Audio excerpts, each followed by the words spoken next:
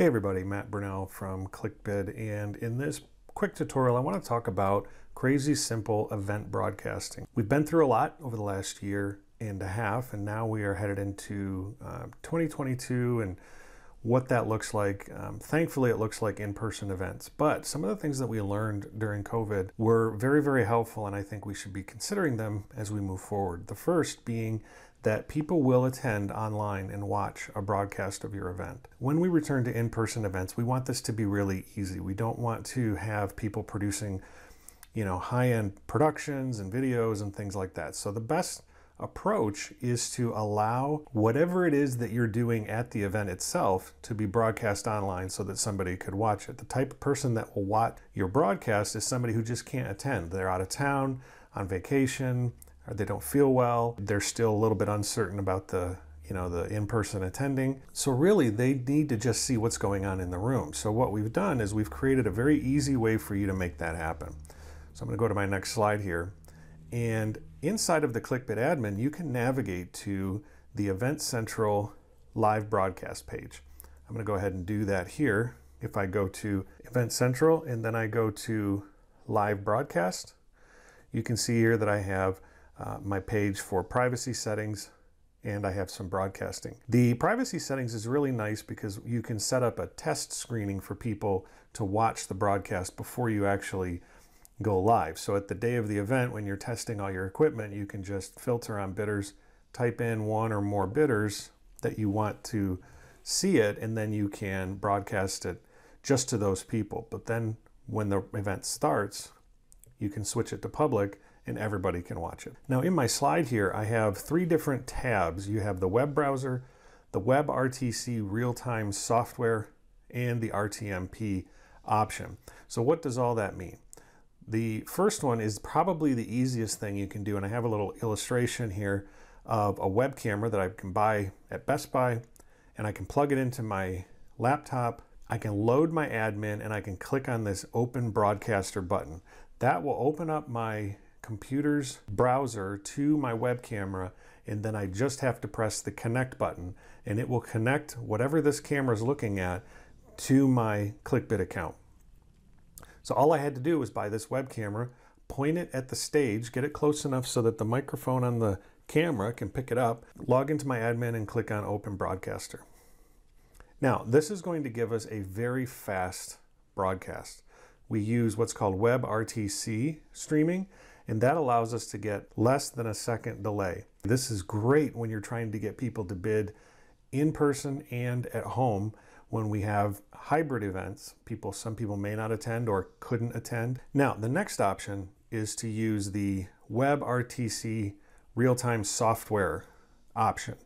And what we do is when you click on this tab, you get a stream name and a publishing token. That stream name and publishing token can be used in software called OBS. We actually give you a link to download our customized version. This is different than the version that you can find online. This is a customized version that works with the WebRTC protocol. So when you download that and install it, you can use the OBS software to broadcast whatever is being captured on a camera in your event. Now, when you do an in-person event, you typically work with an AV company, and they're going to have something up here. I've got a little picture of a little video switcher. You can bring in a computer screen for if you're going to play a video at the event. You can have a camera in the back of the room that's pointed at the audience or at the stage, or two cameras, one pointed at the audience, one pointed at the stage, and they can switch between them. And then you can also have audio hooked up to the podium like a microphone, and they can bring all that in. It's more of a professional installation, and you would typically hire a team to do this at your in-person venue. Now this is already happening, so all they need to do is send one of the outputs to what's called a video capture card. And this video capture card will take the HDMI, if you can see that there, that's an HDMI cable, like the one you plug into the back of your television. Plug that in there, plug this end into your laptop, and then you can follow some instructions in OBS to capture that input and broadcast it using the stream name and the publishing token. Now, I won't go into detail about how OBS works and that kind of thing. I'll have a link to that on how OBS will broadcast whatever you're sending it. Now, the third option is to use the same AV company to set up your camera in the back of the room, connect the microphone from the podium, maybe a second camera or a video, whatever's being broadcast to everybody in the room, the program. When the MC gets up to start the program after dinner, they're going to be putting that on some big screens. So the third option is to use the RTMP streaming software. Many of these tools have built-in streaming capabilities. They use what's called an RTMP protocol instead of the newer WebRTC. Now that's a lot of acronyms and letters that mean a lot of different things.